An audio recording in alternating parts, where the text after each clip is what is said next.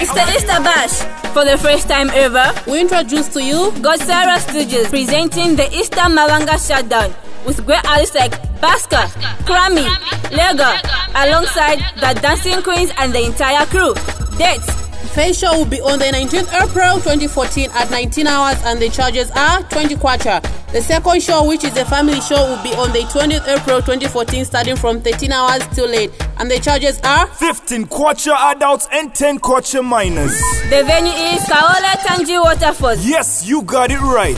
Party in style this Easter from the time gets open till Kansalale.